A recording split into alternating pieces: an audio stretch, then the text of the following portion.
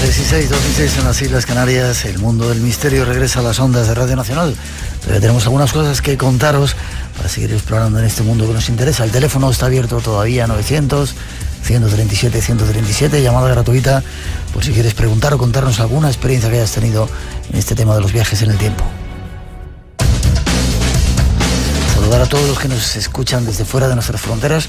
Nos decían, nos hablaban, sí, tenemos 3 libros de viajes en el tiempo para sortear. Vicente, nos hablaban desde Bristol y desde algunos lugares en Inglaterra que no van a pasar por esa calle de Liverpool, por si acaso. Quiero que escuches una tercera introducción que tenemos preparada para que nos cuentes algunos detalles más de ese asunto, sobre todo de esas extrañas máquinas.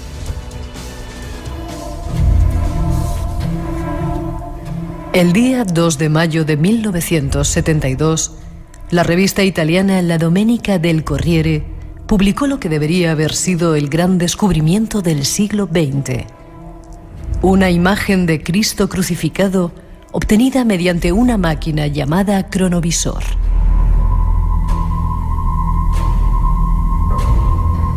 Supuestamente, el equipo que dirigió el proyecto había visto los últimos días de Jesús en su totalidad, desde la última cena con sus momentos de agonía final, y sobre todo, habían podido capturar el momento mediante una instantánea como prueba.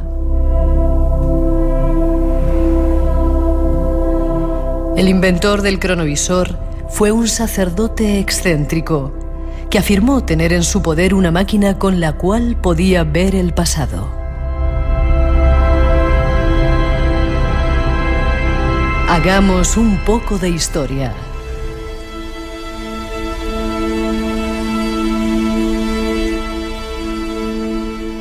En su pequeño habitáculo monástico, el padre Marcello Pellegrino Ernetti conoció al padre François Charles Antoine Brun una tarde de principios de la década de 1960.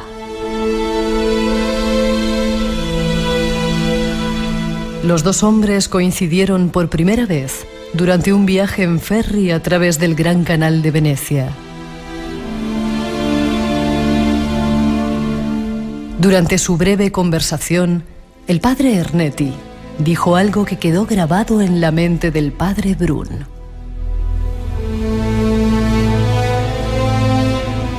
Los dos, que eran expertos en lenguas antiguas, estaban hablando de la interpretación bíblica cuando el padre Ernetti comentó que existía una máquina que podía responder a todas sus preguntas.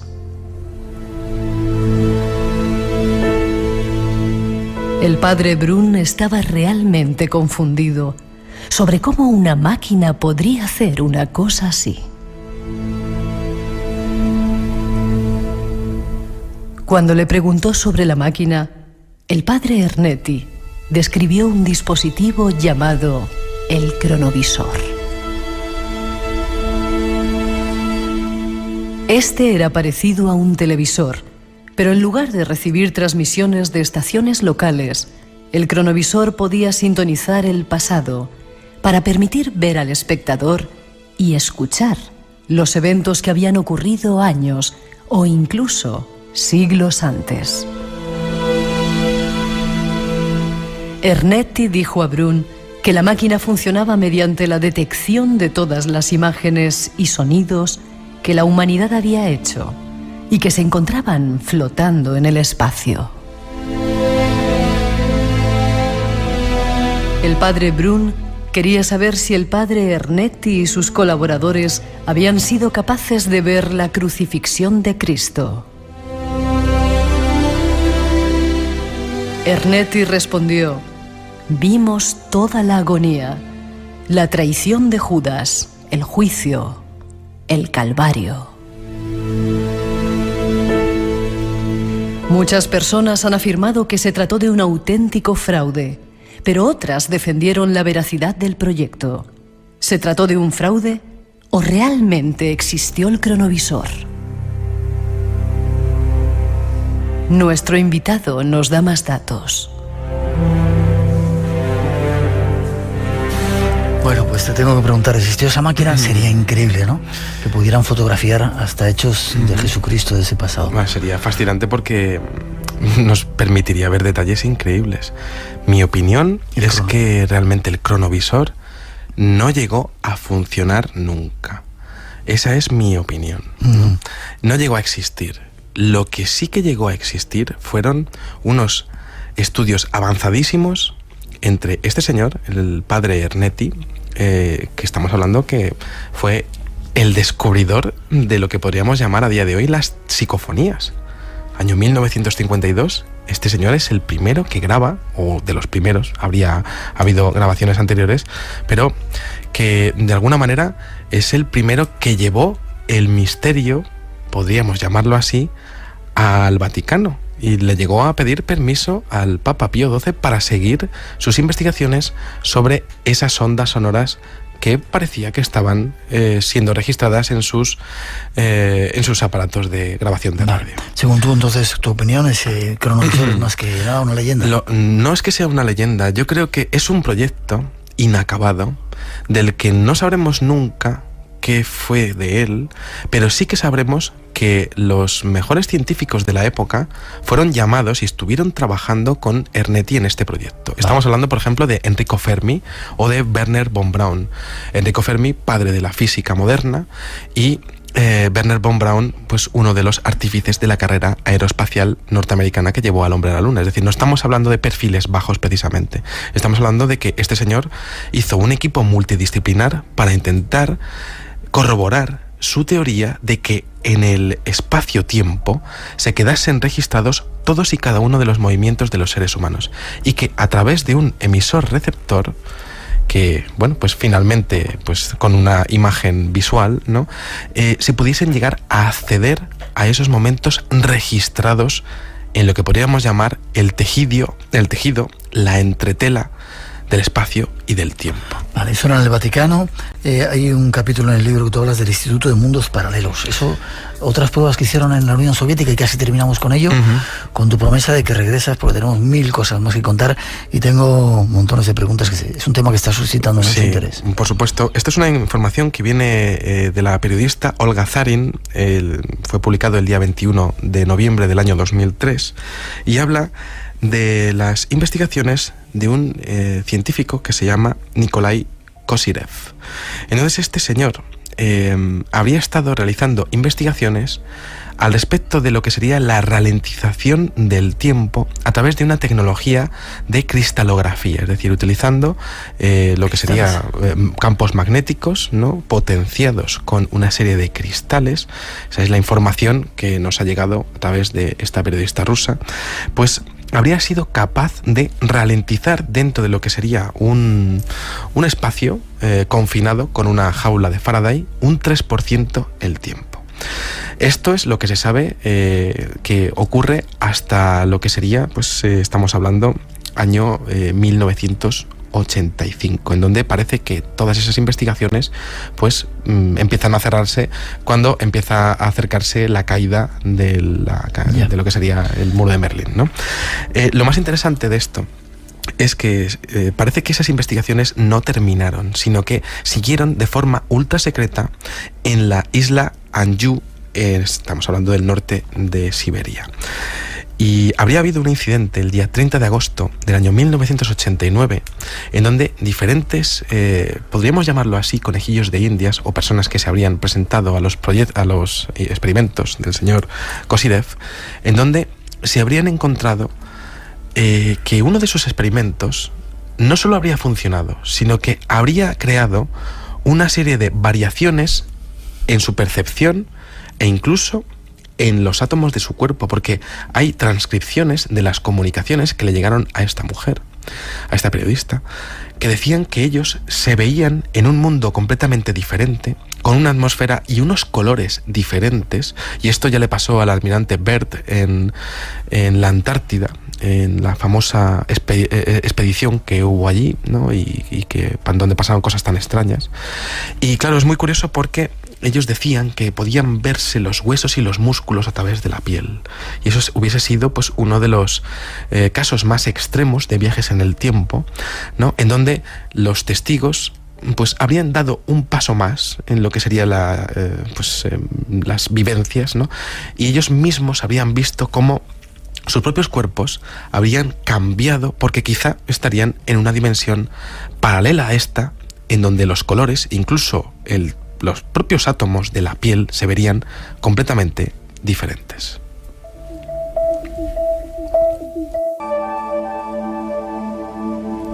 y 20, 2 y 20 en las Islas Canarias. Nosotros seguimos viaje, dejamos ese viaje en el tiempo y nos vamos hasta África. Tenemos ya los billetes y hay un compañero que nos quiere contar alguna historia de un pueblo que habita por ahí, los Boers. No os lo perdáis. El teléfono sigue abierto por si queréis seguir participando en este concurso que tenemos.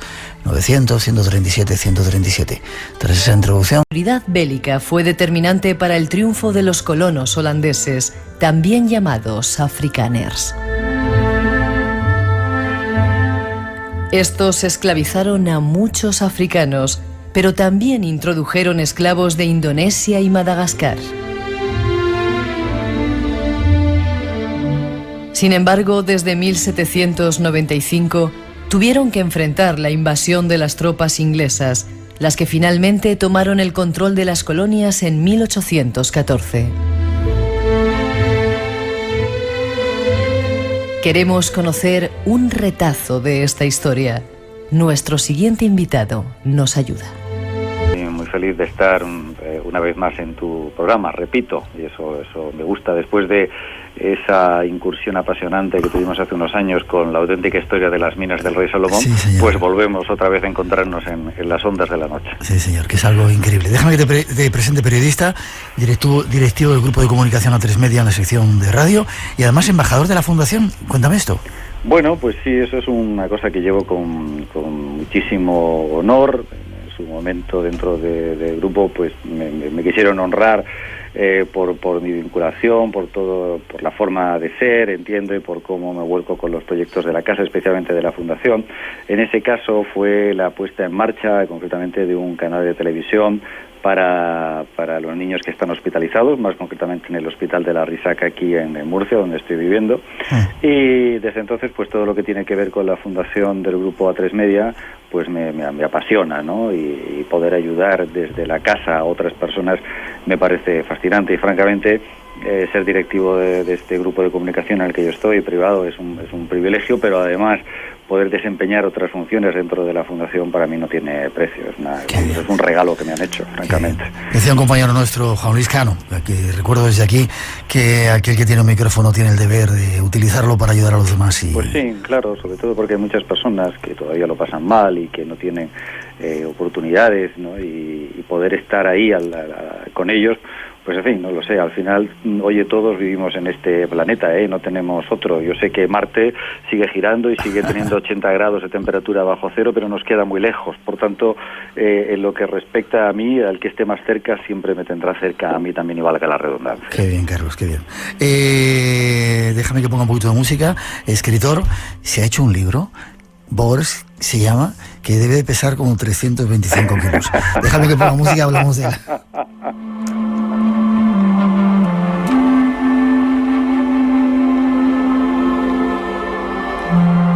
Antes de hablar del libro, Carlos, ¿por qué ese interés tuyo por África? ¿Qué tiene África que te atrae tanto? Yo me enamoré de África exactamente, tengo 50 años, me enamoré a los 10 años por dos motivos. Uno, porque mi padre me regaló el libro de la historia de las minas del rey Salomón, de Rider Haggard. Lo leí, fíjate, estamos hablando de un niño de 10 años que lee, esto es una cosa casi impensable en estos tiempos, pero mi padre es un apasionado de la lectura, de la historia, y cuando llegaba pues el día de mi cumpleaños, de mi santo, lo que siempre me tocaba era un libro, lo cual pues yo agradecí mucho. Y el segundo hecho notorio en ese sentido fue el visionado de la película Zulú, que emitió Televisión Española una noche de sábado. Me acuerdo perfectamente que la careta de presentación era como una cámara de cine, era Sábado Cine, una cámara de cine que iba iluminándose, ¿no? Y al final, en medio de la cámara aparecían unas letras sobreimpresionadas que decía Sábado Cine. Y la película que proyectaban te estoy hablando de finales de los años 70, creo recordar, era Zulú, de Michael Caine y Stanley Baker. La película era de unos 10 años atrás, de 1963 o 64, y se proyectaba por primera vez en televisión española. Yo todavía estaba en esa preadolescencia, y como yo ya estaba fascinado por ese mundo de África y de los zulúes con el libro de Rider Haggard, pues eso fue como la puntilla final, ¿no? Un viaje posterior a Londres con 16 años me permitió, en mi torpe inglés, el cual pues todavía no ha mejorado mucho desgraciadamente, visitar algunas librerías en busca de información relacionada con Sudáfrica.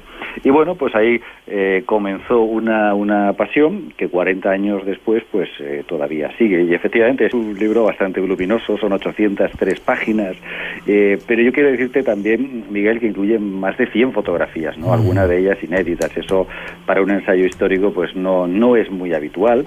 Pero bueno, es lo que yo quería escribir, es lo que la editorial Actas, que en este caso me ha apoyado al 100%, visionó conmigo, entendió el proyecto que yo tenía, me respaldó todo lo que yo le pedí, y no puedo decir más que nada que muchas gracias en ese sentido, porque realmente te diría que libros así hoy en día ya prácticamente no se publican, ¿no? Y menos de un tema tan aparentemente minoritario como este.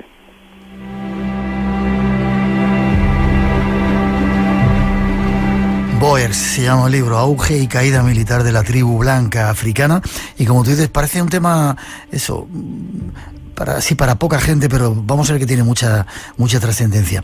Déjame que te preguntes, ¿has estado en Sudáfrica, supongo? Claro. Sí, claro. Menos de lo que a mí me gustaría. Ahora precisamente tengo muchas ganas en este 2016 de volver, porque mi próximo proyecto va a ser un libro sobre el Imperio Zulú. Hasta ahora del tema de los zulúes he abordado temas relacionados con batallas separadas, Roxdrift y Sandwana, pero creo que hace falta un libro que recoja un poco el auge también y la caída de este pueblo de guerreros africanos, y tengo muchas ganas de visitar otra vez Sudáfrica, no tanto como turista, que eso sería magnífico, eso sería apasionante, sino para trabajar, ¿no? Para ir a museos otra vez, recabar información, renovar contactos, saludar a personas que conozco allí desde hace muchos años, ¿no? Sí, ese es un poco el proyecto que tengo. Vale. África es la gran olvidada, parece que vivimos de espaldas a todo ello, y sin embargo ha habido imperios increíbles en ella, de los propios indígenas africanos, de los negritos, ha habido, y con un nivel de desarrollo insospechado, ¿verdad? Pues sí, de hecho Sudáfrica, Miguel, es de todos los países africanos el país más moderno, más occidental, por decirlo de alguna manera, más desarrollado de todos los que hay, y que incluye todavía pues algunas de las esa imagen de la típica estampa africana que todos conocemos, pues como es el Parque Kruger, por ejemplo, ¿no? Que es un parque extraordinariamente bellísimo, y luego un montón de reservas que están diseminadas por toda Sudáfrica. Sudáfrica es un país inmenso, es un país de muchos contrastes, es un sitio donde puedes pasar del calor más abrasador a ver la nieve, y tú dices, nieve en África, y dices, sí, claro, y por las noches tener que abrigarte mucho, porque hace un frío realmente espectacular en los Bell, en los campos sudafricanos. Esto, sobre todo en la zona del Transvaal, Orange, esto se nota mucho, ¿no? Y a mí, por ejemplo, siempre, por ejemplo, la zona de Natal, la zona de Zululal, la frontera con Mozambique, me ha recordado mucho a Asturias, me recuerda mucho a Galicia, es decir, toda esa parte del noroeste de nuestro país, de la península ibérica, me recuerda muchísimo a Sudáfrica. Fíjate, no sé, tenemos esa imagen, ¿no?, de la sabana africana, campos dorados, casi desérticos. No, África, en este caso Sudáfrica, es un país muy verde. Carlos, era muy verde, teníamos ahí un pequeño problema de conexión. Vamos ya con los Boers. ¿Quiénes? Hemos hecho una pequeña introducción hablando de ellos, pero ¿quiénes eran esta tribu blanca africana, los Boers? Bueno, los Boers concretamente descendían de un holandés llamado Jan van Riebeeck, que ya por el año 1652 llegó pues con un barco procedente de Holanda, porque él iba a instalar allí en la parte más septentrional de África del Sur, concretamente en lo que hoy conocemos con la colonia del Cabo y Tablet Monte, donde se ve la montaña de la Mesa, una base para la todopoderosa Compañía de las Indias Orientales. Claro, tenemos que tener en cuenta que ahí está la confluencia de dos majestuosos océanos, el Índico y el Atlántico, ¿no? Entonces la travesía desde Holanda era enorme para los barcos de las compañías, de la Compañía de las Indias Orientales, que tenían que ir hasta la India a recoger especias y luego hacer un trayecto de vuelta. Entonces hacía falta una base logística. Él llega allí, monta esa base logística que poco a poco pues va creciendo en importancia, va creciendo en intensidad. Nuevos colonos de origen holandés se van sumando a ese proyecto. Posteriormente, ya mucho más adelante, 2 siglos después, llegan los hugonotes, los protestantes franceses que huían de Francia por culpa de la persecución y de la intolerancia religiosa que en ese momento se vivía en Europa, incluso también alemanes. Y entonces de la mezcla apasionante de esas tres razas y culturas, primero los Boer, después, o sea, los holandeses, los ¿hugonotes? Los hugonotes franceses y finalmente los alemanes, pues imagínate qué mezcla, Miguel, de naciones y de razas tan contundentes, tan viriles, tan dinámicas, tan explosivas, ¿no? Y eso dio origen al Boer moderno. Boer es una palabra que desciende del holandés. Realmente la pronunciación original no sería Boer, aunque siempre decimos Boer, sino Boer, y quiere decir literalmente granjero, porque ellos se consideraban a sí mismos granjeros. Sudáfrica es un país para el cultivo y la ganadería. Precisamente hablábamos hace un momentito de esas enormes llanuras. Tú imagínate unas llanuras fertilizadas durante decenas y decenas y decenas de miles de años por ungulados continuamente, ¿no? Pues esto es lo que pasaba. El suelo era súper fértil, incluso también para el cultivo del vino. Algunos de los mejores caldos del mundo se producen en Sudáfrica. Y esta colonia, pues lo que hace es que va creciendo en importancia, va creciendo también en número de gente, y evidentemente la manera en que crece, pues también en esa expansión geográfica se producen confrontaciones con los nativos originales que estaban ahí. Por ejemplo, los bosquimanos. Los bosquimanos fueron literalmente masacrados por los Boers. Vivían allí desde hacía 20.000 años. Cuando llegan los Boers, en apenas un par de generaciones apenas dejaron unos centenares.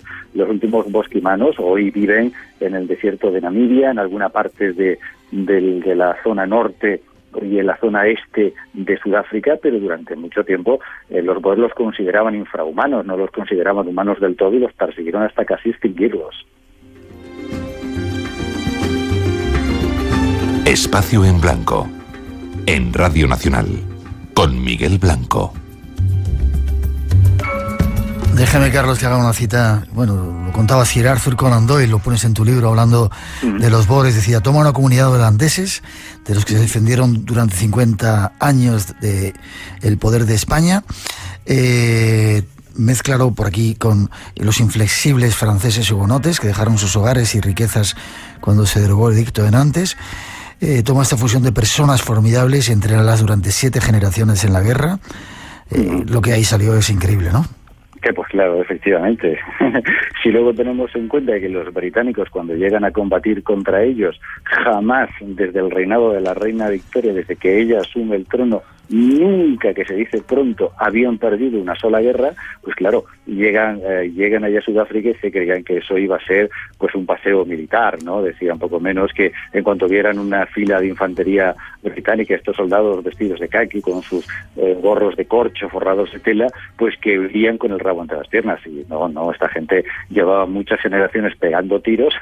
Además, el deporte nacional de los Boers eran las competiciones de tiro, Miguel. O sea, ese era el pasatiempo de un Boer: pegar tiros, montar a caballo y pegar tiros. Claro, y pegar tiros. Claro, cuando tú te encuentras con una gente así, pues tienes un problema francamente muy serio, que fue exactamente lo que ocurrió.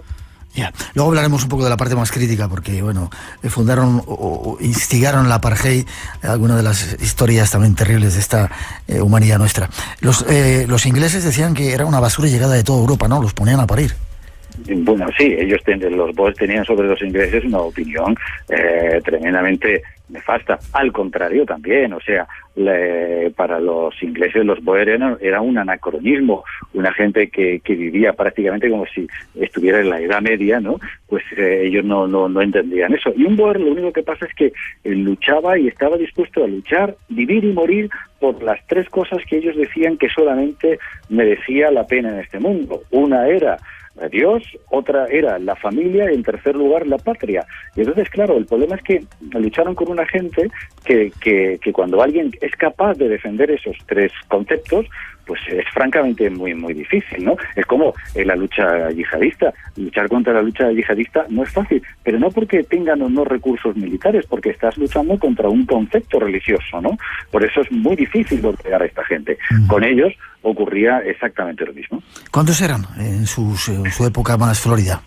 Pues en la época, cuando llega el conflicto militar, en 1898, la gran guerra anglo-boer de finales del siglo XX, la gente que vivía boers en el Transvaal y Orange apenas llegaban entre los dos países a las 600.000 almas, de los cuales unos 45.000 eran hombres en edad de combatir. Contra esos 45.000 hombres, que repetimos, nunca han ido a un ejército, nunca han militado en un ejército, pero están por instinto natural acostumbrados a pegar tiros, el ejército británico, que entonces era el imperio Miguel más impresionante y más grande que ha existido jamás en el planeta Tierra, tuvo que, para doblegarles a ellos, poner en marcha su maquinaria militar y llegó a desplazar hasta lo que era el continente negro a 500.000 de soldados. Un movimiento así de tropas por parte de Gran Bretaña no se veía hasta el inicio de la Primera Guerra Mundial. ¿Medio millón de hombres? Claro, 500.000 de hombres profesionales, pero es que al final, como ya para doblegarles era tan complicado, tuvieron que traer tropas de Nueva Zelanda, tropas de Australia, tropas de Canadá, pues es que no había manera, pero claro, cuando tú estás acostumbrado a luchar contra un ejército convencional, pues esperas, pues eso, una fila de hombres, unas trincheras, unas posiciones. No, estos iban en un caballo, pegaban un tiro, si daban bien y si no también, montaban y se volvían a escapar. Entonces, imagínate que eso te lo hacen 40.000 tíos todos los días hostigando tus columnas, atacando tus centros de provisiones, pues era muy, muy, muy difícil.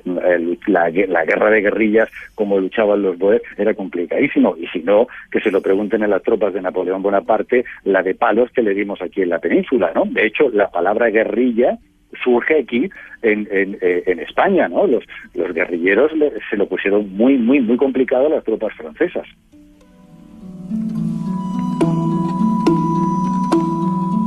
Esa es la parte más aventurera, pero tienen los boers también una parte un tanto negra, la esclavitud, ¿no? Llegan a un país, machacan a todos los que están allí, se sientan ellos, los echan y les consideran poco menos que ciudadanos de tercera o de cuarta, ¿no? Los boers eran profundamente racistas. Hay una parte de la sociedad boer que ahora con la democracia a partir de 1994 se ha integrado sin problemas, pero ojo, hay otra parte que sigue formando parte de la ultraderecha más profunda que sigue existiendo todavía en Sudáfrica, ¿no? Y efectivamente la parte sin duda más negativa del mundo de los boer es que era una sociedad profundamente racista. Ellos se consideraban a sí mismos como un nuevo Moisés elegido por Dios para conquistar la tierra de Canaán, pero como hizo Josué, ¿no? Luchando contra, pues eso, las tribus con las que se iban encontrando en la expansión después de la salida de Israel, de las tribus de Israel de Egipto. Aquí fue exactamente igual. ¿Qué ocurre? Que en 1910, cuando ya se forma la Unión Sudafricana, los blancos se miran a sí mismos y dicen, vamos a ver, nosotros estamos rodeados por... Hay 20 nativos por cada blanco y eso entran en modo pánico y lo que hacen es instaurar el apartheid, que simplemente quiere decir apartados, para de alguna manera, por miedo, eso crean esas leyes por un profundo miedo para protegerse. Leyes, algunas tan estúpidas, Miguel, pero que llevaron a mucha gente a la cárcel. El apartheid tenía 1.700 leyes, ¿de acuerdo? No solamente fue a la cárcel Nelson Mandela o Steve Biko, que por cierto con toda probabilidad la policía empujó y tiró desde la ventana de un edificio para matarle.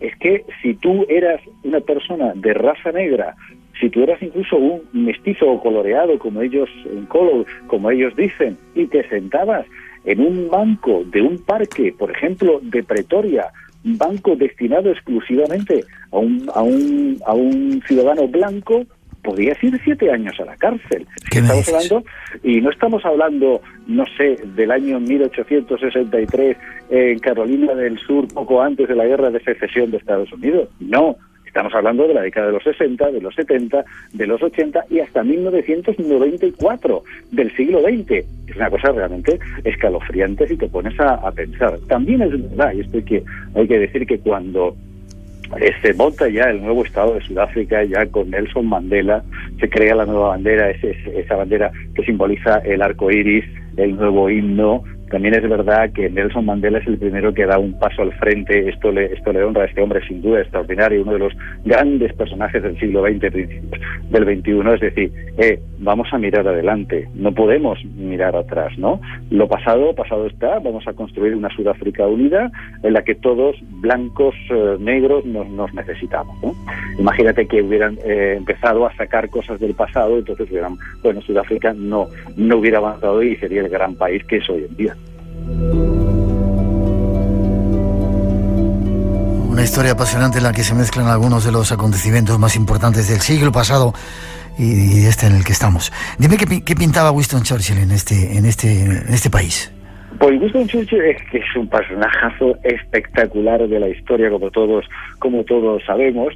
Él era reportero de guerra. Él había estado en la campaña de la reconquista del Sudán, precisamente con Lord Kitchener, y había participado en la famosa carga de caballería del 21 de lanceros en Omdurman, donde, por cierto, él salva la vida porque en vez de la pistola, el revólver británico Webley tradicional de 6 tiros, llevaba una pequeña obra de la ingeniería militar alemana que era la pistola Mauser, que no era otra cosa que una pistola ametralladora. Entonces, cuando él carga con el 21 de lanceros, pierde la lanza, todavía tiene la oportunidad de sacar esa pistola, ese pistolón que llevaba. Los derviches pensaban que tenía 6 tiros y todavía no, tenía más de 6 tiros y se llevó unos cuantos por delante. Luego, durante un tiempo, él se aparta momentáneamente del ejército porque había salido como teniente de caballería del 21 de húsares y se incorpora a la guerra anglo-boer, pero en este caso como corresponsal de guerra. En un tren, en uno de los primeros trenes dedicados a la guerra, un tren blindado que asalta a los Boer, él es tomado prisionero. Es llevado a un campo de concentración donde inmediatamente por los interrogatorios se dan cuenta de que es el hijo de Lord Randolph Churchill, que se sentaba en la Cámara de los Lores de Gran Bretaña, y entonces se produce una historia apasionante que es digna de las mejores novelas. Yo le he dedicado un capítulo, una parte de mi libro, porque me parece una historia súper interesante y que nos habla mucho de él. Él consigue finalmente escapar del campo de prisioneros Boer, y entonces tiene a toda la milicia Boer persiguiéndole, Miguel, pero él consigue llegar finalmente hasta Mozambique, donde después un barco británico le recoge y vuelve otra vez a unirse, en este caso ya a las tropas británicas, cuando consigue escapar de los Boers. Allí, en casa del gobernador de Natal, entonces descubre que se ha convertido en un personaje, porque hasta entonces era un personaje solamente conocido en Inglaterra, nada más. Y entonces descubre que se ha convertido en un personaje de fama mundial porque la prensa iba relatando la persecución que los Boer hacían de él y la huida que él hacía de los Boer. Y entonces se encuentra con miles y miles de telegramas venidos de todo el mundo. Eso inmediatamente fue lo que a él le hizo despertar una conciencia política. Es decir, si yo soy famoso, puedo alcanzar la Cámara de los Lores, ¿no? Y puedo desarrollar mis propias ideas sobre el imperio, etcétera, etcétera. Y esto fue pues la historia increíble. Por cierto, él le deja una carta en el campo de prisioneros Boer, diciéndole cosas increíbles, que si ustedes leen esta carta es que yo me habré escapado, eso demuestra que ustedes son muy malos guardianes de un campo de prisioneros. Hay un tiempo en que los Boer decían que iba disfrazado de mujer, que era mentira, pero en fin, realmente su historia es realmente apasionante, es digna de una novela. Vamos, no me extraña que se convirtiera después en el personaje de talla mundial que fue del siglo XX. Ajá, para hacer una película de esta historia. Una de las muchas... Él sale a este relato, está recogido en una película de los años 70 que se llama The Young Winston, el joven Winston, y que aquí en España se editó, creo, pues eso, a mediados de los años 70. Ajá. No tenemos mucho más tiempo, Carlos. Cantidad de personajes han estado en ese país que para nosotros es un poco como olvidado, pero cuando empiezas a escarbar te das cuenta de la importancia que tiene. Gandhi Sí. Estuvo allí, ¿verdad? Sí, Gandhi fue camillero en la guerra anglo-boer. Él hizo varias subidas a lo alto del monte Spionko, donde yo he estado. Tiene mucho mérito la subida que él hace, eso hay que verlo, por donde subió este hombre con otros camilleros del cuerpo de camilleros hindúes de Natal. Él era voluntario, nadie, ni era tampoco el personaje que después se convirtió. Hasta entonces solamente ejercía la abogacía en Natal, ya por cierto con bastantes problemas, pero vamos, que no era el personaje que nosotros hemos conocido después de Mahatma Gandhi. Todavía no era ese alma grande, pero sin duda se mostraba que tenía un gran corazón. Pero no solamente él, Miguel, otros personajes aspirantes están en mi libro que tienen que ver con todo esto. Baden Powell, el creador del movimiento de los Boy Scouts, fue el oficial británico que se puso al frente de la localidad de Mafeking. Mafeking fue rodeada por los Boers y los Boers en ningún momento pudieron tomar esa ciudad, ¿no?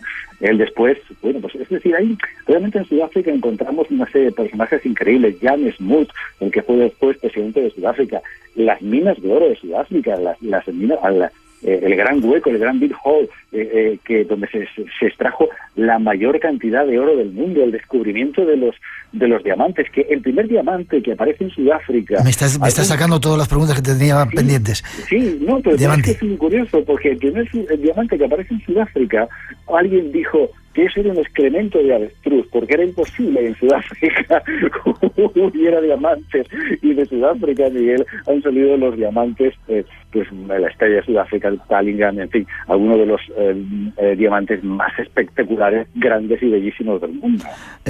Casi para terminar, háblame de la fiebre del oro, de esa mina de donde salió la mayor cantidad de oro. ¿Sigue saliendo? Todavía, claro, Sudáfrica tiene muchas minas en activo, por supuesto. De hecho, sigue siendo uno de los principales recursos que hay en el país. Es curioso, pero la primera mina, el primer descubridor de oro en Sudáfrica se llamaba como el de los Beatles, George Harrison. ¿Sí? George Harrison se puso a cavar en una parcela que le tocó, la parcela número 19, y no encontraba nada y la dejó. Pues esa parcela que George Harrison dejó fue después la veta aurífera más grande del mundo por los siguientes que vinieron. Es decir, si se hubiera esforzado un poquito más, eso tiene hay una enseñanza muy importante de vida allí, ¿no? Oye, esfuérzate un poco más porque nunca sabes lo que vas a terminar de encontrar. Pues a lo mejor cuando tiró el pico y la pala porque yo ya no puedo más, estoy muy cansado, si a lo mejor hubiera dado un golpe más, pues ese golpe más hubiera permitido encontrar esa veta de oro que, en fin, enorme, espectacular. Y ya para terminar, a todos los personajes, Nelson Mandela, que acabó siendo presidente después de estar en la cárcel, que vino a poner un poco de equilibrio en ese país, ¿no? Sí, hombre, claro, Nelson Mandela puso un antes y un después, pero Miguel, por lo que te decía, ¿no? Porque él estableció un proceso de transición. Es como en España, si aquí no hubiéramos tenido una transición, que la gente hubiera estado dispuesta a mirar hacia adelante, pues con 40 años de dictadura, si alguien hubiera estado simplemente recordando continuamente lo de atrás, jamás se hubiera avanzado, ¿no? Esto dice mucho del carácter y del espíritu de un hombre extraordinario, ¿no? Yo conozco a algunas personas de la Fundación, no he tenido el privilegio en mi vida, y desgraciadamente ya nunca podrá ser, porque como todos sabemos falleció, de conocer a Nelson Mandela, pero sí he conocido a algunas personas de su fundación, que por cierto siempre les ha fascinado de que en España haya alguien, como es mi caso, que escriba sobre Sudáfrica. Les desconcierta, ¿no? Diciendo, este señor, ¿qué se le ha perdido en nuestro país, no? Es una cosa bastante curiosa, pero sí, realmente la personalidad de Nelson Mandela puso un antes y un después en la historia de Sudáfrica clarísimamente. A esa pasión por Sudáfrica nos sumamos, y no solamente. Hace poco tuvimos también otro oyente que seguía el programa, que era un apasionado, nos estuvo contando historias de Sudáfrica. ¿Qué tendrá ese país? Para terminar, existen todavía Boers ahora, ¿no? Dices que siguen estando en la extrema derecha. Claro, sí, efectivamente. Algunos, pues eso, puede ser que ellas lleven tacones de aguja, puede ser que ellos lleven chaquetas de corte inglés, puede ser que lleven corbata, puede ser que lleven maletines de ejecutivo, puede ser que lleve gorra de policía, puede ser que lleve, pues no lo sé, una bata de médico, pero al final, sin duda, el color de sus ojos, el color ese azul profundo que tienen, delata su origen, sus cabellos rubios y pelirrojos delata su origen, y a poco que hablas con ellos te das cuenta de que son de origen boer claramente, descendientes de ese Jan van Riebeeck que llegó aquel año y que desde entonces pues convirtió a Sudáfrica en uno de los lugares más bellos del mundo y con una de las historias más apasionantes que yo he intentado, no sé si lo he conseguido, pero por lo menos lo he intentado plasmar en mi libro. Seguro que lo has hecho. Pero por lo menos, casi para terminar, como te decía, con más respeto por sus vecinos, los negros que viven en el país, ¿verdad? Claro, efectivamente, ¿no? Efectivamente. Sudáfrica tiene un inconveniente que no es poco, y es que tiene uno de los índices de criminalidad más altos todavía del mundo, ¿no? Uh-huh. Ojo, es un país en el que según qué horas, según qué momento y en según qué sitios, pues no es aconsejable estar solo, ¿no? No es el único sitio del mundo, ¿no? Yo desgraciadamente he perdido a personas que he conocido en ese país y las he perdido no porque hayan tenido un accidente o porque hayan sufrido lamentablemente una enfermedad, sino porque fueron asesinadas, ¿no? Literalmente un asalto armado a su casa, como fue uno de los guías de campo de los campos de batalla de la guerra anglo-zulú, que en una ocasión me acompañó a mí. Uh-huh. Es decir, es un país duro en muchos aspectos, ¿no? Y en ese sentido sí.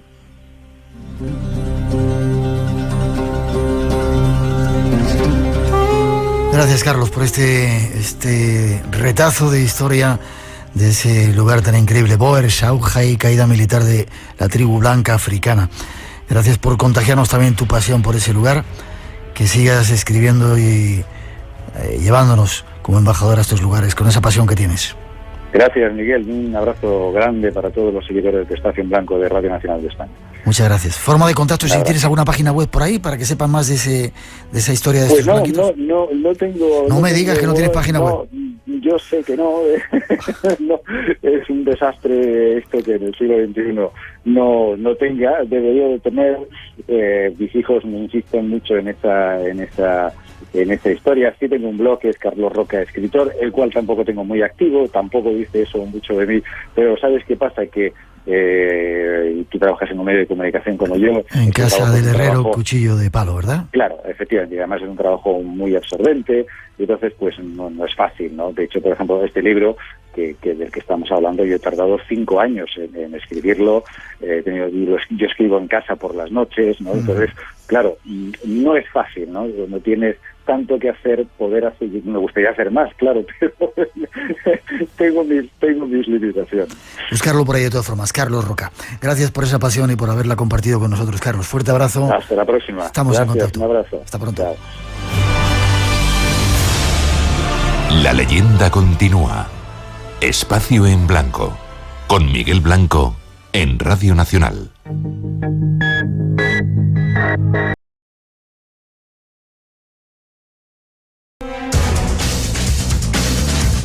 ...16, 2 y 6 en las Islas Canarias. Paco Bermúdez toma los mandos de nuestro sonido. El tiempo del misterio regresa de nuevo a las ondas de Radio Nacional. Todavía tenemos casi una hora para estar juntos. Saludos a todos los que nos sintonizáis desde fuera de nuestras fronteras. Hemos recibido mensajes desde Guatemala, Canadá, Cuba, Costa Rica, desde Francia, desde Japón. Gracias a todos por sintonizarnos a través de la radio online. Y gracias a todos los que estáis en Radio 1 y Radio 5 y que nos descargáis en el podcast. Disculpas a todos los que a través de las redes sociales nos habéis mandado mensajes haciendo preguntas. Las apuntaremos para la próxima contacto que tengamos si queréis que las conteste. 900-137-137 nuestro teléfono y la primera información de la próxima actividad que tiene el Espacio en Blanco. Vamos hasta Las Palmas. Ulises Acosta está ahí, uno de los organizadores de ese Congreso del Misterio, Internacional del Misterio. Buenas noches, Ulises. Buenas noches, Miguel, ¿cómo estás? Muy bien, estuvimos en la isla de enfrente, la isla de Tenerife, ahora nos toca ir a la isla de Las Palmas, Gran Canaria. Increíble cómo se portó la gente canaria con nosotros ahí el otro día en ese TEA, en ese Tenerife, Espacio de las Artes. Qué increíbles son los canarios, ¿eh? Así que sepas que el ECO ha llegado hasta Gran Canaria, ha montado un tsunami de frente, ¿eh? Yo creo que el EGM con Canarias por lo menos no lo tiene en cuenta. Sí, eso que dicen que no tenemos oyentes en Canarias, casi 500 personas asistieron a vernos, y lo que se quedó por ahí de gente que no podía vernos, y la cantidad de abrazos que nos dieron, la cantidad de fotos que nos hicieron, qué bonito estar ahí. Pues dentro de poquito vamos a repetir en la isla de enfrente, en Gran Canaria, yendo a ese Congreso Internacional del Misterio. Fechas, Ulises. 4 y 5 de junio, Miguel. 4 y 5 de junio, sábado y domingo. ¿Lugar? Sí, como siempre. Lugar en el SICA. Es el SICA, aquí le conoce todo el mundo por SICA, o sea que no hay mucho más que contar de él, ¿no? Perfecto. Es un espacio muy cómodo para un tema de esto, para un congreso. Perfecto. ¿Y quiénes van a estar de ponentes? Hemos oído hablar de Emilio Carrillo, que está con nosotros hace un momentito. ¿Quién más va a estar por ahí? Pues mira, abrimos con Jesús Callejo, que es un hombre que es de tu cuerda, que a ti te gusta mucho también, que nos va a dar una charla sobre inventos españoles que cambiaron el mundo. O sea que va a ser muy interesante lo que va a hablar Jesús Callejo el sábado por la mañana. Continuaremos con Miquel Lizarralde, ¿sí?, que es un discípulo de la medium canadiense, de Merlin Rosner, que va a dar también una charla sobre mediunidad y hará una demostración a todo el público que asista. Del poder espiritual. Es de esa gente, yo lo he visto también trabajar, y de repente se para y te dice, pues te acompaña no sé quién, no sé cuánto, y te dice esto y te dice lo otro, ¿verdad? Sorprendente lo que hacen estos dotados o mediums, no sé cómo llamarlo. Es realmente increíble. Luego, por la tarde, Miguel, tendremos a Juanjo Revenga, que también le conoces muy bien, que es un hombre que ha recorrido casi todo el mundo y que nos va a dar una conferencia que se llama La Tierra Hueca, la expedición a la Cueva de los Tallos, donde hay muy poca gente que ha bajado, ¿no? Va a ser nos va a descubrir muchos secretos Juanjo Revenga con uno de los astronautas, Armstrong, bajó de la Luna y quiso ir a esa Tierra de los Tallos. Ahí estuvo nuestro compañero Juanjo Revenga y nos lo va a contar en ese congreso. ¿Quién más? Miguel Pedrero estar luego con nosotros con los contactos del más allá de la vida con animales de compañía. Creo que ha sido uno de sus últimos libros, si no el último. Sí, otro de nuestros compañeros. Extraño lo que cuenta y la cantidad de casos que hay de gente que ha tenido contactos con esos animales de compañía que han fallecido y les dicen cosas, ¿verdad? Qué increíble. Exacto. Y luego cerramos con un maestro de la espiritualidad como es Emilio Carrillo, que la acabas de tener a su momento, y que arrastra masas, Miguel. Nosotros lo hemos tenido aquí un par de veces y la verdad que es un hombre que es muy reclamado por la espiritualidad que él conlleva consigo. Sí, señor. Y aparte va a hacer algún curso después o algo, un seminario, ¿no? No, porque Emilio viene prácticamente y se va. Emilio tiene tantas conferencias por España que no tiene tiempo de quedarse más. Pero ya estuvo aquí hace unos cuantos meses con Magia Canarias con nosotros y metió 350 personas, no hubo espacio para más, ¿no? O sea que... Lorenzo Fernández también va a estar, ¿no? Otro de nuestros compañeros, director de la revista Año Cero y de Enigmas, de las dos revistas, que creo que va a presentar su nuevo libro y va a hablar de la España maldita. Sí, yo creo que va a ser muy interesante, para todos. A todo el mundo con esa ponencia está un poco así expectante, a ver qué es lo que pasa, ¿no? Vale. En un momentito, déjame que ponga un poquito de música. ¿Falta alguien más? Bueno, habrá sorpresas que nunca las contamos, ¿no? Pero nos queda un chico de Gran Canaria, Miguel, que también es una persona con poder de evidencia, que se llama Felipe Enríquez, que fue un descubridor nuestro hace cosa de 2 meses y nos dejó impactado con una demostración que hizo.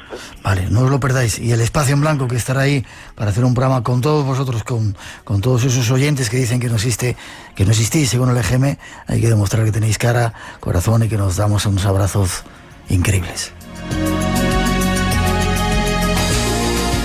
Forma de contacto. ¿Cómo hacer para reservar una plaza para ese congreso? Ya hay 100 y pico personas que se han apuntado, ¿no, Ulises? Sí, estamos rondando ya las 170 personas que están apuntadas al congreso, apuntadas y confirmadas, Miguel, porque nosotros damos 72 horas para que hagan un depósito para garantizar su butaca, y en este momento hay unas 170 personas que han confirmado ya su asiento. Bien.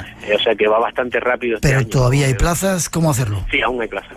Es muy fácil meterse en www.congresointernacionaldelmisterio.es. Y ahí ya ven todo, pueden inscribirse, pueden ver todos los ponentes, su currículum, lo que van a contar, todo eso, ¿no? Dentro de la página. www.congresointernacionaldelmisterio.es. Y si no tienen internet y esas cosas, que hay mucha gente que no lo utiliza, espera que ponemos música, damos un teléfono. Podéis llamar apuntamos. Al 687 798 849. Vuelve a repetirlo lentamente, por favor. 687-798-849. Pueden llamarnos o mandarnos un WhatsApp y le contestamos sobre la marcha. Perfecto. ¿Qué? Es el quinto, ¿no? Este es el quinto, ya estamos en periodo de madurez, Miguel. Quinto congreso. Gracias a tu apoyo de todos los años. Quinto Congreso Internacional del Misterio en la isla de Gran Canaria, 4 y 5 de junio. Ahí os esperamos. Seguiremos informando, Ulises. Fuerte abrazo, nos vemos prontito. Gracias, Miguel, un abrazo fuerte. Fuerte para ti, hasta ahorita. Sigue el misterio en Espacio en Blanco con Miguel Blanco. La madrugada del sábado al domingo a las 2 en Radio Nacional de España.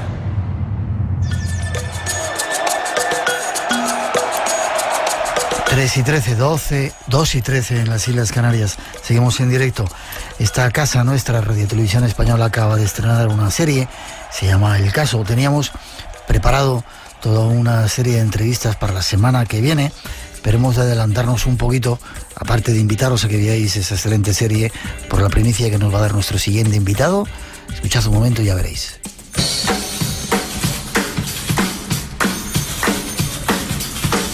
Jesús Expósito, del Caso. Clara López, El Caso. Va a ser tu nueva compañera. ¿Qué? Paloma. Clara, soy la secretaria de la redacción. Margarita, la veterana. Germán, nuestro Pedro Carrasco particular. Aníbal, él es especialista en rarezas. Aparicio, el Yeye, maquetador. Tu puta cabezonería te sacó de la policía. Si no has tenido huevos para cerrarme la boca. Te la cierra ahora. ¡Coño, basta ya! Me da mucha pena, pero es así. Erais tan amigos. Ya ni me acuerdo de eso. No sabía que la hija de don Fernando López Dóriga fuera una mujer de letras. No voy a dejar el periódico, papá. Soy buena periodista. ¿A qué se le ocurra tocar a mi mujer? Una chica muerta en un abrevadero. ¿Ese va a ser el titular? Los he leído mejores. ¿Eres Kevin Smith? ¿Quién eres? Vamos a tocarle las narices a la censura, a los americanos y al Sun Sun Corda. Aguantamos el cierre de la edición.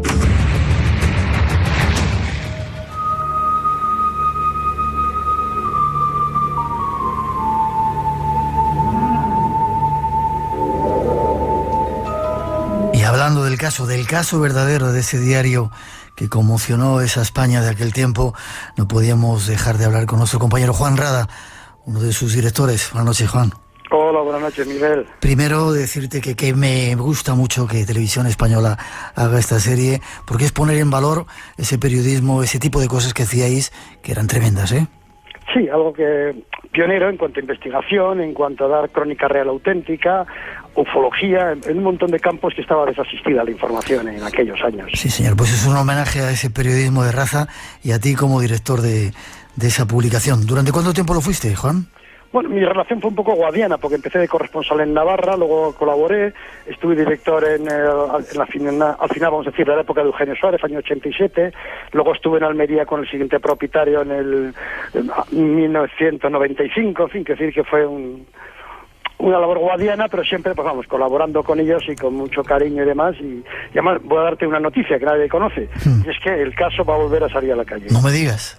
Sí, el segundo propietario, Joaquín Abad, que lo tuvo durante 10 años editándolo, pues lo consultó conmigo y demás, y ya, vamos, ha hablado con distribuidoras y con todo, ha montado una redacción, y en breve saldrá a la calle en plan revista, pero en cada número también vendrá en plan facsímil uno de los primeros ejemplares del caso del año 1952. Qué chulo y qué buena noticia.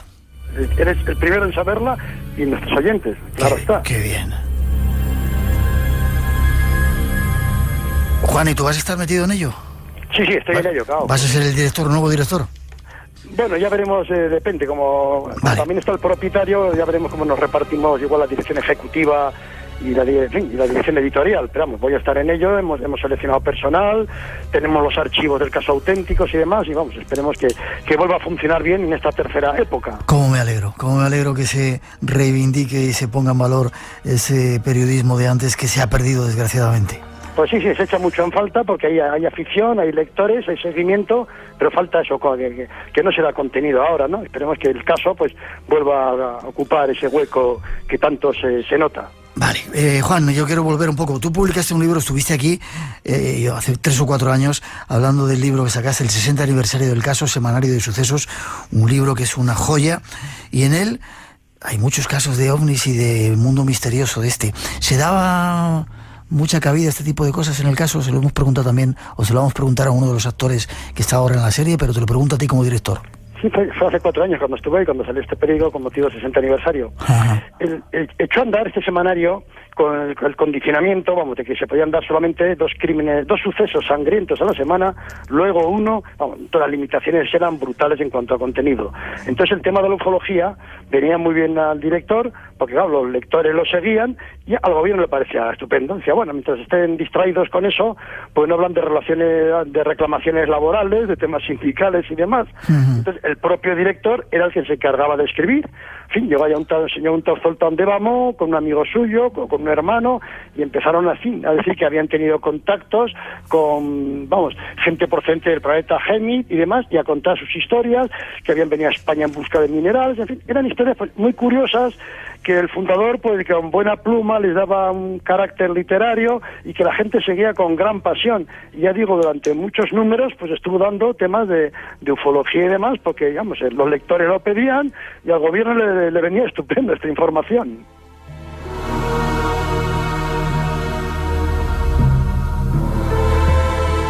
En aquel tiempo, Juan, había mucha censura, ¿no? Había que vadear y contar las cosas así con mucha cintura, ¿no? Claro, estaba la primera censura previa, que había que mandar las galeradas. Las galeradas eran una prueba de cada columna de texto, todas a la Delegación de Información y Turismo. Y luego, como se vio el otro día en la serie, también había un censor del Ministerio dentro, incluso un censor eclesiástico. O sea que la censura, por todos lados, era... No en el caso, en todos los periódicos, pero claro, en este más, por la temática que empleaba, ¿no? Era muy dura y había que ir eso, escribiendo entre líneas, en fin, buscando un poco que el lector se enterara, pero sin exponerte mucho, pues, al rigor del bolígrafo rojo del censor de turno. Ya. Y como dices, había muchos temas que interesaban de este mundo nuestro. Cuéntame un poquito, mínimamente, que lo vean en tu libro, el viaje en el Gemito platillo volante. ¿Cómo surge esta historia? De unos extraterrestres que nos visitan, que venían a la Tierra porque necesitaban nuestros minerales. Efectivamente, venían de otro planeta que era un único continente con 1.800 millones de personas y demás, vamos, con una tecnología quizá más avanzada. Ellos hablaban de sus avances científicos, de sus cosas y demás, pero tenían carestías de algunas cosas, entre ellos minerales. Y venían al planeta Tierra en busca de eso y, en fin, a buscar también un intercambio, ¿no?, de conocimientos, de tecnologías, de ciencia y de todo. Y, en fin, entonces estas 3 personas que dicen que habían estado contactados con ellos, incluso le explicaron al dibujante Pinedo, magnífico, con el lápiz lo plasmaba de maravilla, cómo era el interior de la nave, con toda clase de artilugios mecánicos, metales por todos los lados, palancas, en fin. Es algo que ya digo, entonces el director del caso supo un poco darle forma a lo que contaban estos señores y, vamos, y la gente pues se volcó con ellos, ¿no? Y incluso había alertas OVNI entonces, ¿no? Porque eran tiempos también, hay que pensar, de los primeros Sputnik, vamos, de las primeras, podemos decir, incursiones de los rusos en el espacio, y aquí la gente, con esto que leía de Gemir y de los gemiditas, que era como se llamaba esta gente, vamos, pues miraba al cielo, mandaba cartas, daba ideas, en fin, estaba todo el mundo entretenido y se creó una gran pasión por el tema ufológico, gracias a El Caso. Espacio en Blanco. Tu cita con el misterio en Radio Nacional. Con Juan Rada haciendo un homenaje al Caso, a ese diario, a esa serie de televisión que se está poniendo ahora en televisión española, en nuestra casa, y sobre todo los periodistas de raza como Juan.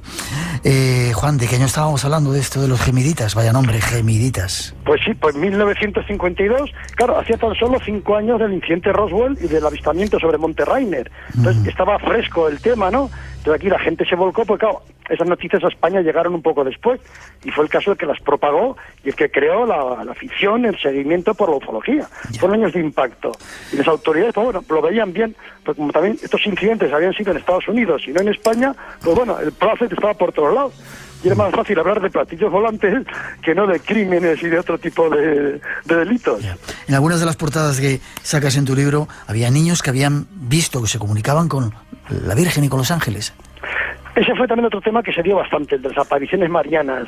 Había bastante fenómenos de este tipo, que aunque la Iglesia no lo reconocía, pero vamos, había cierto fervor, la gente peregrinaba a donde se habían producido esas apariciones y demás, o ya no digamos el tema de la María Goretti española, que la gente iba a la tumba, entonces, y al gobierno también le parecía bien, aunque el nacionalcatolicismo esto lo veía un poquillo, sectario, pero bueno, lo daban como bueno. El Caso daba cantidad de información de esto, y claro, recibíamos cartas, testimonios de todos al respecto, o sea que la gente estaba muy interesada con este tema de las apariciones marianas.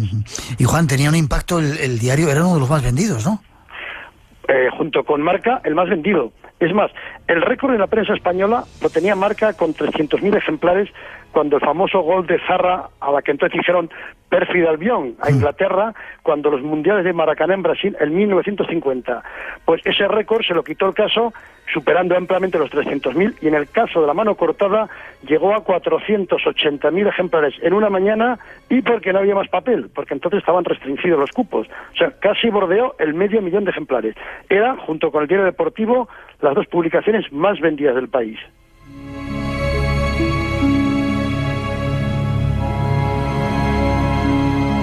Has nombrado el caso de la mano cortada, un clásico del misterio que hemos hablado algunas veces aquí, pero para los oyentes, jovencitos y algún despistado, dame un titular. ¿De qué se trata este caso?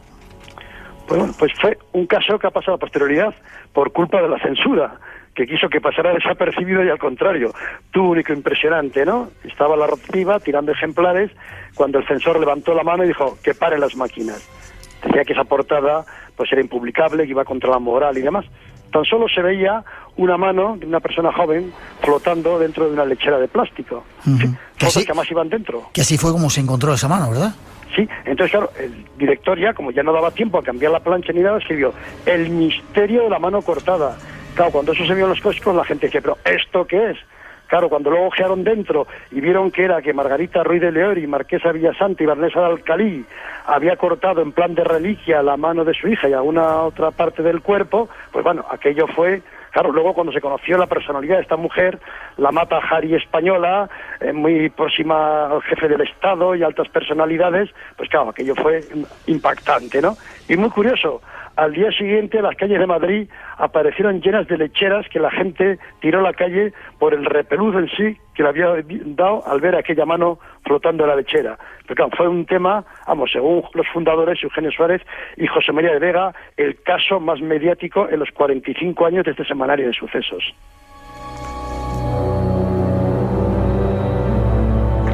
Un caso en el que se hablaba de la calle Princesa, de Albacete, de extraños individuos, y había extraterrestres de promedio, gente, no sé si extraterrestres o gente extraña, ¿no?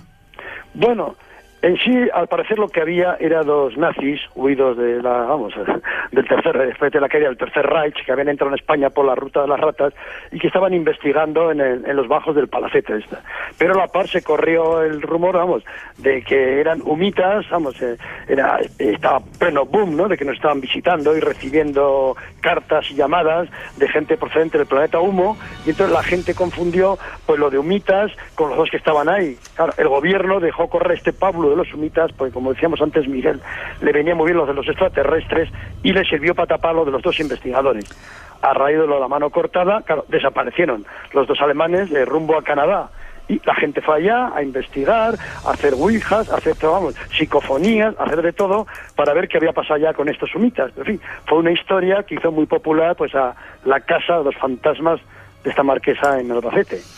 El caso, semanario de sucesos. No vamos a hablar de crímenes, un periódico que hizo historia en ese tiempo especial de España, uno de los más vendidos y que trataba mucho de estos temas. Déjame que ponga una musiquita y te despido, Juan.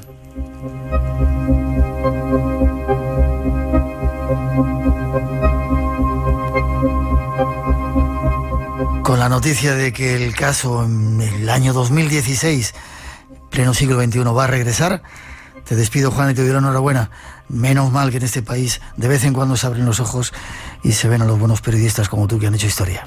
Muchas gracias, Miguel. Buenas noches. Fuerte abrazo y te volveremos a traer cuando esté, yo quiero uno de estos ejemplares del nuevo caso, ¿vale? A vuestra disposición. Cuando queráis hablaremos de ello. Hasta muy pronto. Gracias. Fuerte abrazo. Un fuerte abrazo, Miguel. No es un día cualquiera. Con Pepa Fernández. Nos vamos a Málaga para celebrar el primer aniversario del Centro Pompidou y del Museo Estatal Ruso de San Petersburgo. Precisamente ahí estaremos, en el auditorio del Museo Ruso de Málaga, en el edificio de Tabacalera. Les esperamos. No es un día cualquiera. Las mañanas del fin de semana con Pepa Fernández, en Radio Nacional de España.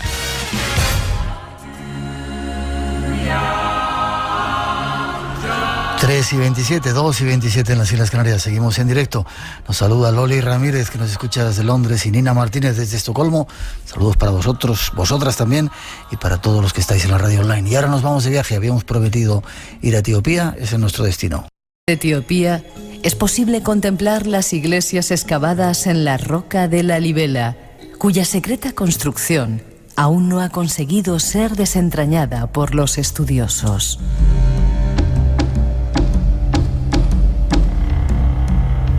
Pero los verdaderos orígenes históricos de Etiopía habría que buscarlos en el reino de Aksum, situado al norte del país, que ya existía en el siglo II a.C.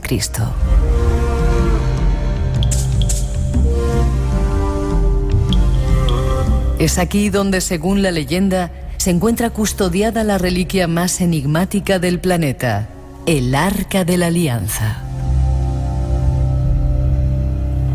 Nuestro siguiente invitado llega desde allí y viene dispuesto a ayudarnos a conocer más secretos y misterios de este país de leyenda.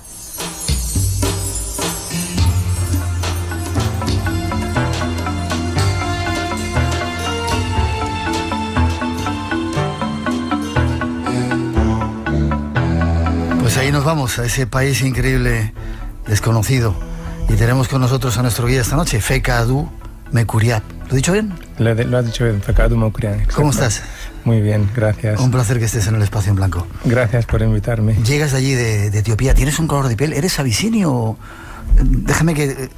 Es negrito, pero no es muy negrito. Porque tiene una cara normal. ¿Pareces abisinio, egipcio, no sé? Soy abisinio. ¿Abisinio? Soy abisinio de Etiopía. Abisinia viene del nombre... Bueno, Abisinia es el antiguo nombre de Etiopía. Sí. Entonces soy abisinio. Ya. Es curioso, Fekadu, porque cuando uno habla de Etiopía, por lo menos en nuestro mundo, ¿no?, recuerda simplemente hambrunas. Y sin embargo es un país increíble desde el punto de vista de la historia, ¿no? ¿Por qué? ¿Qué ha pasado? ¿Ya está tranquilo? ¿Pasaron esas hambrunas? Sí, pasaron estas hambrunas en los años 80. Hubo un tremendo sequía que devastó a mucha gente. Entonces, desde esa imagen, el mundo nos conoce por las hambrunas y por el sufrimiento de esa hambruna, ¿no? La imagen, sobre todo para los europeos, es esa, sí. Es esa. Sin embargo, te digo, cuando uno empieza a escarbar un poco, perdón por la incultura, y empieza a ver y a estudiar un poco historia, te das cuenta de que Etiopía es uno de los orígenes de nuestra civilización, de la católica, de la cristiana. Exacto, el cristianismo también. Etiopía tiene su cultura propia, hasta empezando por el alfabeto. Es el único país que tiene su propio alfabeto, ¿sí?, su propia letra, sí, su propio numeración. No procede de ningún país ni del Medio Oriente, ni de latín, ni de árabe, ¿no? Entonces eso también enriquece a Etiopía, ¿no?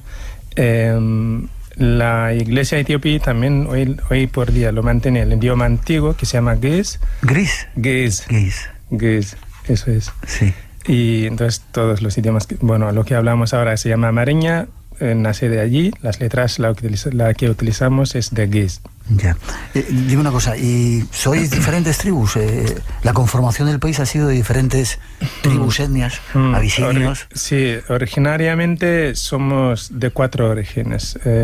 Semíticos, los que procedemos del sur del Mediterráneo, y nilóticos de los grandes ríos de Etiopía. Sí. Luego homóticos. Los nilóticos y homóticos son originarios, son de África, de Etiopía profunda. Luego semíticos, los que fueron del Mediterráneo, y los Kush, los que vinieron de la zona de Madagascar e India, también forman de la población etíope. Entonces, en general, hay más de 83 idiomas que se hablan en Etiopía.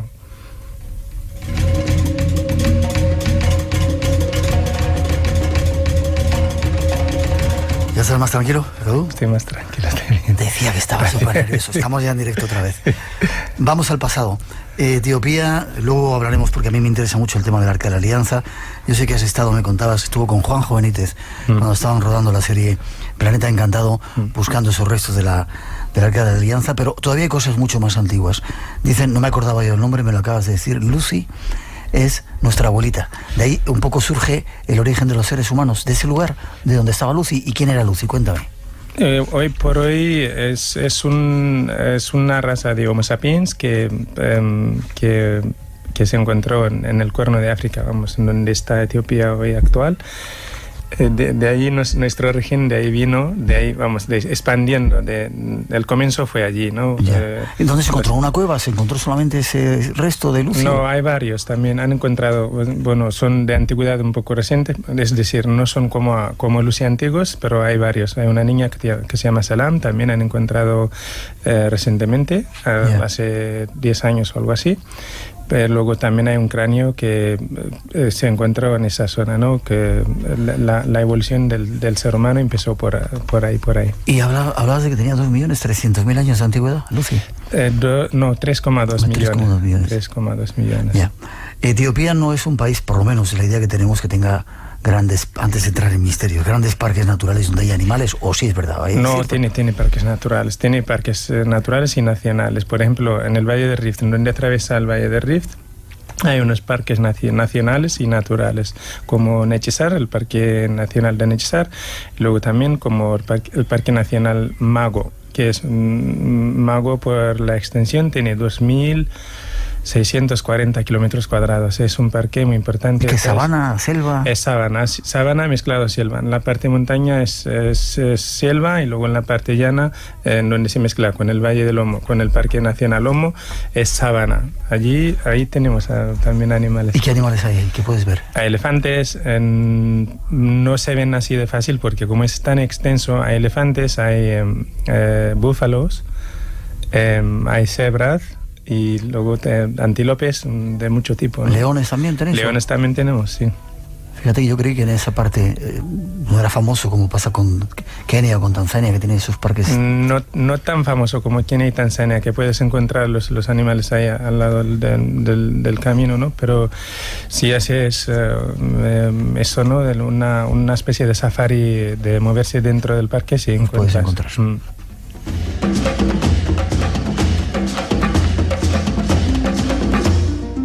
Mira cómo bailan nuestros compañeros.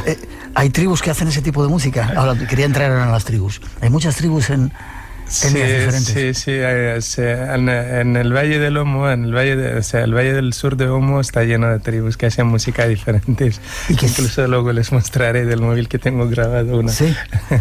Siguen viviendo de acuerdo a las tradiciones como antes, es decir, ya no les ha entrado todavía la modernidad esta de nuestro... No, siguen llevando todas las rituales que hacían desde hace tiempo. Hay algunas que ahora, por ejemplo, por la modernidad, que les están intentando educar. Por ejemplo, el Donga, que es la pelea de los Mursi y Surma. Es una pelea con los jóvenes cuando ya son mayor. La Gelaba, que es los señores mayores, decidan que es un adolescente cuando llega a llevar matrimonio, hacen pelea es decir, a pelo, o sea, cuando ganan esa pelea se golpean, eso es, se pegan con una barra larga, se pegan, vamos, y se llama Donga. ¿Y se hacen daño? Se hacen daño, mucho daño también, hasta sangrarse. Son los dos tribus que hacen, son hermanos en realidad. Unos están por otro lado de la orilla del río Omo, se llaman Surma, y luego los que están para acá de la orilla del río Omo son Mursi. Ya. Y lo hacen como un ritual de iniciación para el niño, ya deja de ser adolescente, se hace hombre. Exacto, de iniciación de conllevar matrimonio. Dicen que algunas de las mujeres más bellas del mundo son etíopes. Yo he visto algunas fotos y algunos modelos que andan por ahí son abisinias o etíopes, pero he visto algunas fotos de gente que hace, mujeres que se taladran los labios, se meten palos. ¿Eso sigue existiendo todavía? Existen. Las Mursi y las Surma, por ejemplo, son las mujeres. Las mujeres que llevan un plato así, circuito, cada X tiempo, por ejemplo, para que vaya ampliando, van cambiando en el labio inferior, sí. Y colocan un plato que es un plato bastante pesado de cerámica, y se llevan. Eso es un signo de bellismo, de bello, ¿no? De belleza, perdón. ¿Cómo sigue siendo su vida? ¿Hacen trueques? ¿Hay mercados? Me contabas que había unos mercados súper coloristas donde truecan cosas. Sí, normalmente hasta hace poco se hacía trueques, hasta hace 10 años o algo así. Ahora, bueno, se introdujo el dinero, el turismo también ha ido cambiando como su forma de vida, ¿no? Entonces normalmente se hacía trueques, no se reconocía dinero metálico, ¿no? ¿Y creen en la magia? ¿Tienen brujos? No. Bueno, son animistas en general. La mayoría de las tribus del sur, las tribus del río Omo, son animistas. Ya. ¿Y si son animistas tendrán cosas de magia o...? No, en magias, en estas cosas no creen, pero son, mejor creen, yo que sé, en Dios de animales, en los espíritus. Dios, eso es, en los espíritus. Ya, curioso.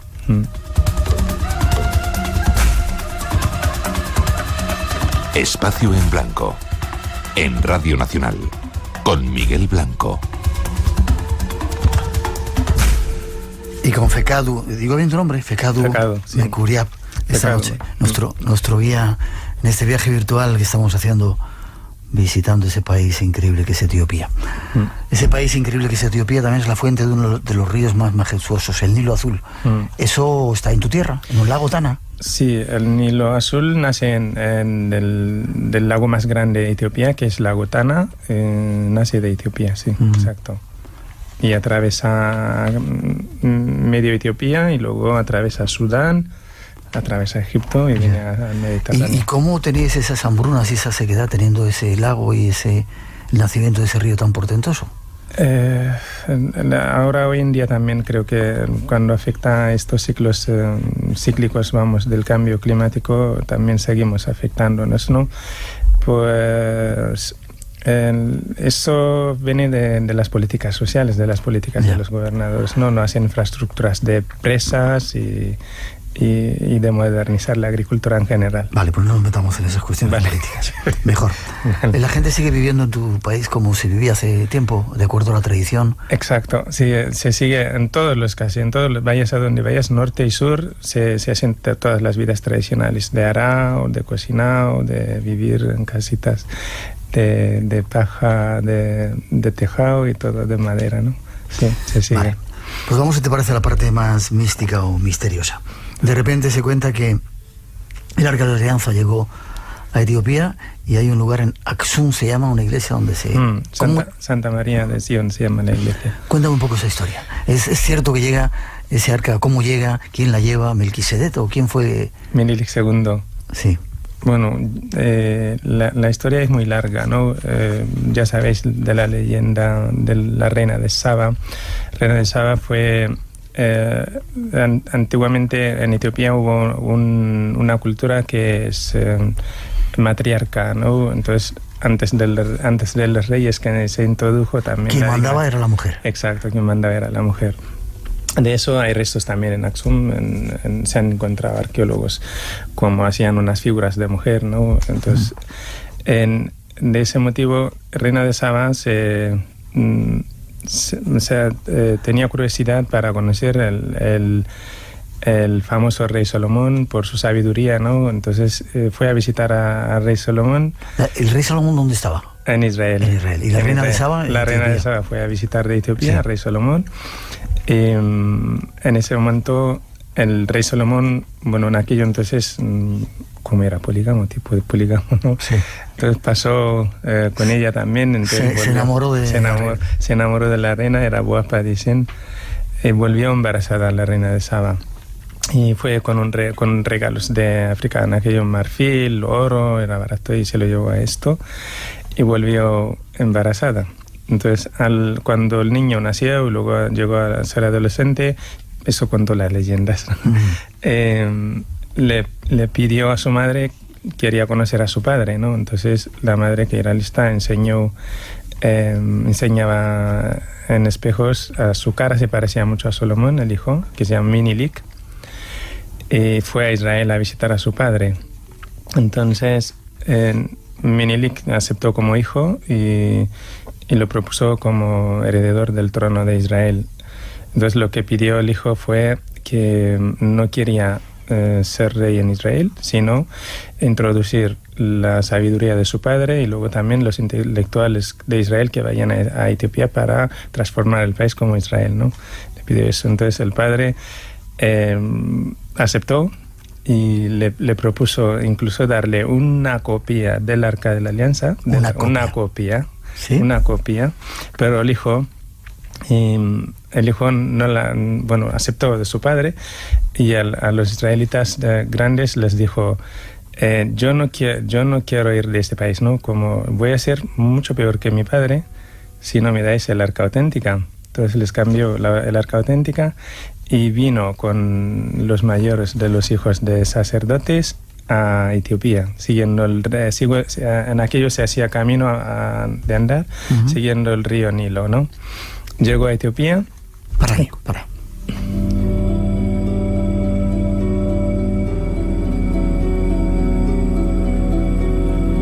hay que descansar en el camino, nos hemos hecho todo el río Nilo. El Arca de la Alianza va parando en algunos lugares en Egipto, nos han contado, en la isla Elefantina, etc. Y tú, según esa leyenda que estás contando, planteas que era el Arca auténtica, no la copia. No la copia. El hijo no trajo la copia. Bueno, hay leyendas también se basan de esto, ¿no? Como Salomón era sabio, le había escondido el Arca auténtica, le había dejado la Arca copia por ahí, entonces el hijo lo robó, pero no fue así. En realidad los propuso y vino el hijo del sacerdote Sadoc, también, que está en la Biblia, indicado, y tiene su tumba en Etiopía, en un monasterio del lago Tana. Vale, recorren el Nilo y ¿a dónde llegan? Recorren el Nilo, llegan al lago. El primer paradero fue en el lago Tana, en este monasterio famoso que se llama Tana Cherkos. En el lago Tana. En el lago Tana, ¿no? Sí.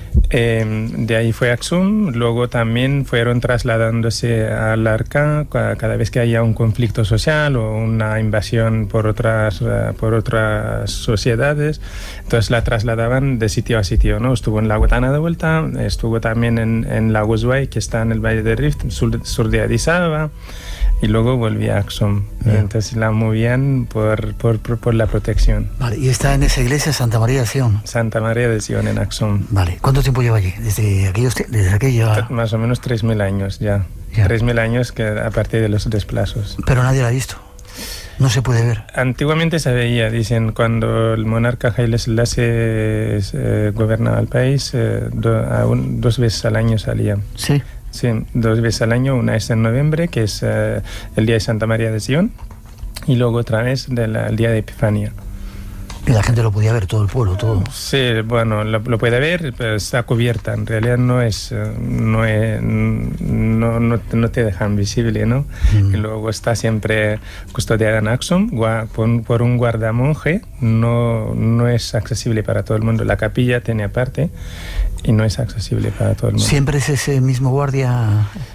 Sí, siempre es ese guardia, y ese guardia elige a otro guardia cuando llega a su muerte. Yeah. No entra cualquiera. Por ejemplo, cualquier monje no puede entrar ahí.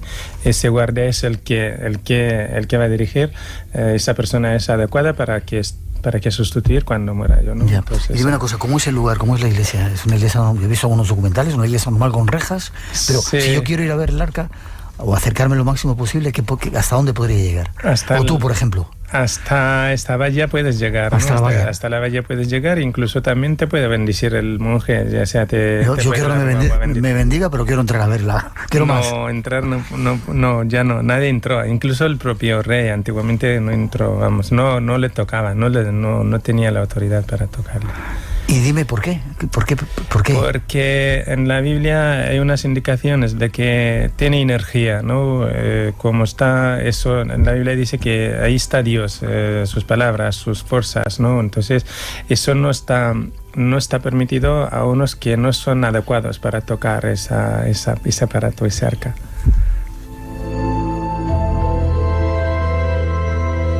¿Y sabes si algún día la van a sacar? ¿Se va a hacer visible en estos momentos de...? No. Creo que no va a ser eso posible, porque no. También hay un historiador, escritor, investigando hasta hace 10 o 15 años, me acuerdo, se llama Graham Hancock. Graham Hancock, sí. Sí, tiene un libro que se llama The Sign and the Seal, no sé si lo conozco. concluyó de que el arca está en Etiopía, ¿no? Hizo viajes por Israel, por todo Medio Oriente, y por Francia, por Inglaterra, por los museos, para saber, o sea, para recaudar la información adecuada en dónde está, ¿no? Entonces, a partir de ahí incluso lo apretaron la seguridad que no se ven ni lo sacan, ¿no? Vale, dejemos el Arca de la Alianza por el momento, volveremos a ella. Vale. Hay otro lugar que se llama la Libela, la Segunda Jerusalén. ¿Qué es esto? La Segunda Jerusalén. La Libela fue un rey del siglo XII, que es de 1118 a 40 años más o menos, ¿no? Entonces, la Libela fue un rey santo que recibió orden directo de Dios para construir estas iglesias maravillosas en roca, ¿no? Excavado de arriba abajo. ¿Iglesias cristianas? Iglesias cristianas coptas, exacto. Coptas. Nosotros en general somos coptos. En general. ¿Tú eres cristiano o copto? Soy cristiano. De la población etíope en general, un 61,6% es cristiano copto. Cristiano o no cristiano coptos, los hay protestantes también, los hay católicos, pero de un número reducido. ¿Y cómo son las iglesias? ¿Excavadas en la piedra? Sí, excavadas en la piedra, detalladas pues de forma cruz, de forma rectangular, también dando símbolos, ¿no? Perfectamente hechos, como si están construidos hoy en día con la tecnología que hay, pero construido, no excavado. Excavado es un misterio también. Eso te iba a preguntar. Muchos estudios se han hecho, arqueólogos han tratado de verificar cómo se ha hecho eso, de explicar, y no hay una explicación de cómo se pudo hacer eso. De momento no hay ninguna explicación cómo se ha hecho. Científicamente no hay explicaciones, pero lo único, o sea, con leyendas, lo que nos han contado, lo que nos cuentan, también es Dios dio orden a la Libela. Entonces, en el momento cuando dio orden a la Libela, ¿cómo podría ser esto, no? Pero tú eres el mensajero, ¿no? El trabajo tengo que hacer, o sea, el trabajo lo hago yo. Decía Dios. Exacto. Le dijo ese orden, entonces empezaron a hacer estas maravillosas iglesias, y se dice, cuando de día los hombres trabajan, de noche vienen los ángeles, de noche han ampliado los ángeles, ¿no? Los ángeles ayudaron a construir las iglesias.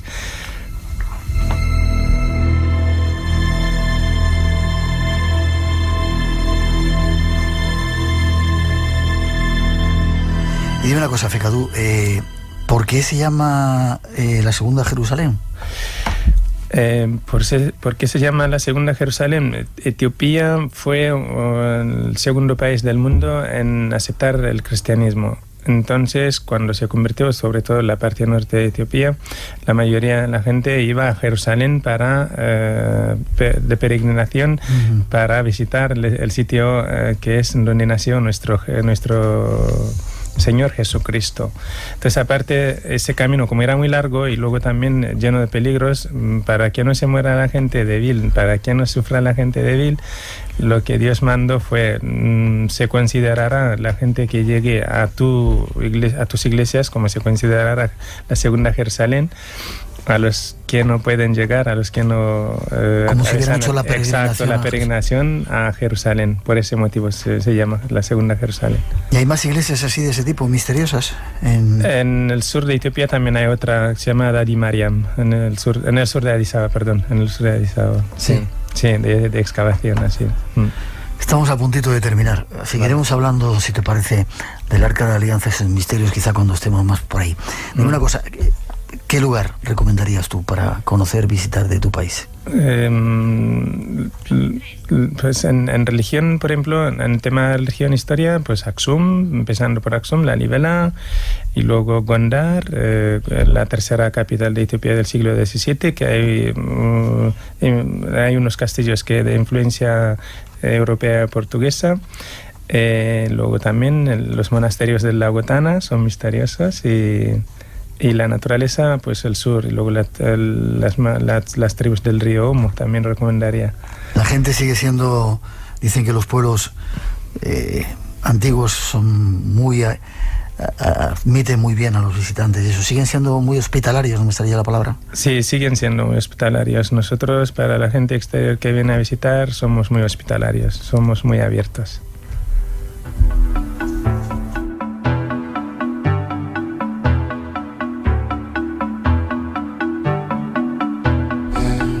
difícil, ¿verdad? No, está bien.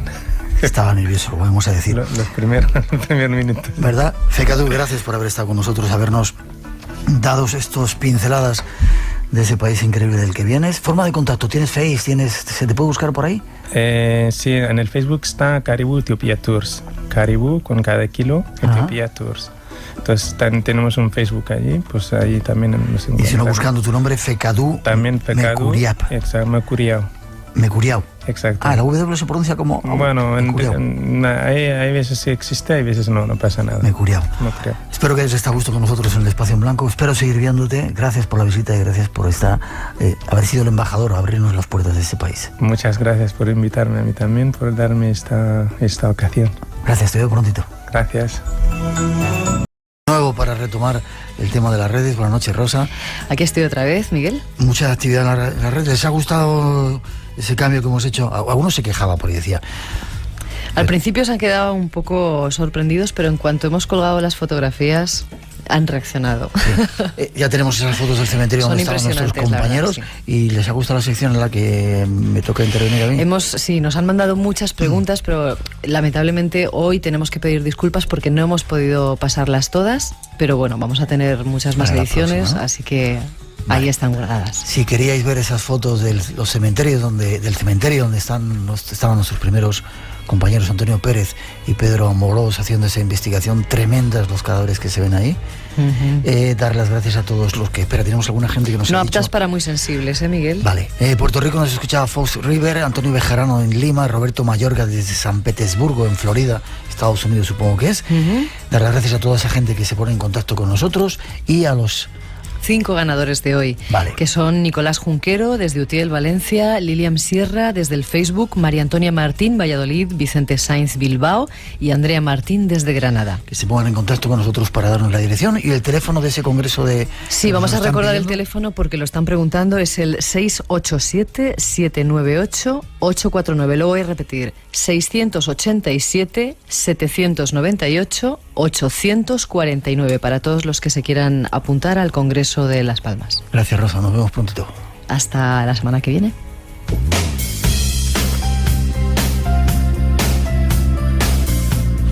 Y por hoy terminamos. Ha sido un placer estar juntos en este programa que nos cambió un poco los planes al principio. Ojalá os haya gustado. La semana que viene más. Feliz semana de Semana Santa, de primavera, que ya se ha pasado la Semana Santa. Las gracias a todos los que han venido a vernos.